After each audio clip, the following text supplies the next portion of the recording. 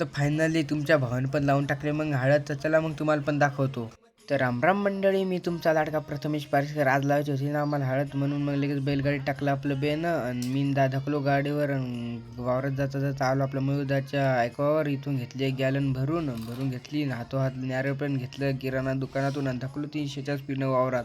तर चला आता जातो आम्ही वावरात. तर टाका मग तुम्ही प्रचंड फॉलोनी मला विजय करून. आलो मग त्याच्या वावरात आणि गाडी दिली आपली रोड पाशी लावून आणि धकलो इथून पैदल 20च्या स्पीडनं आम्ही वावरात. मग काय त्याच्या बदले की आलो आपण वावरात लावायचं आपल्या वावरात हळद. मग त्याला की तितक्यात नॅरळ सोडायला लावलं, नॅरळ घेतलं आपलं सोडून, नॅरळची साईज पाहून घ्या एकदा.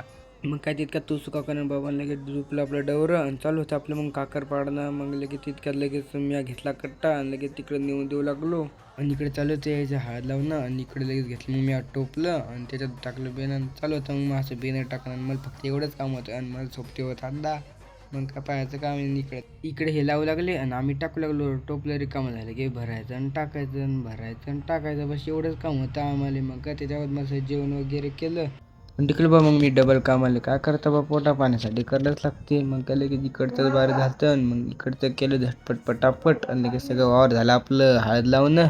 बसलं मग इथे एका जागेवर आणि टाकू लागला बैलगाडीत पसारा. मग काय पसारा वगैरे टाकलं आणि ढकलो पायी रोडला. आपली गाडी रोडवर ठेवली होती तर मग रोडवर काय जाऊ मला पायी. तर मग बसलो डबल बैलगाडीत. आणि तुम्ही काय म्हणा बाबा, शेतकऱ्याची ओळख म्हणजे बैलगाडी. त्याच्या बाद तूच काका म्हणे ब्लॉगमध्ये घेते ब्लॉगमध्ये घेतलं आणि आपलं बसलं प्लॅटिनवर आणि धकलो 300च्या स्पीडनं घराकडचं. त्याला आजच्यासाठी इतकंच भेटू आपण पुढच्या व्हिडिओमध्ये. तर लाव मग गाणं.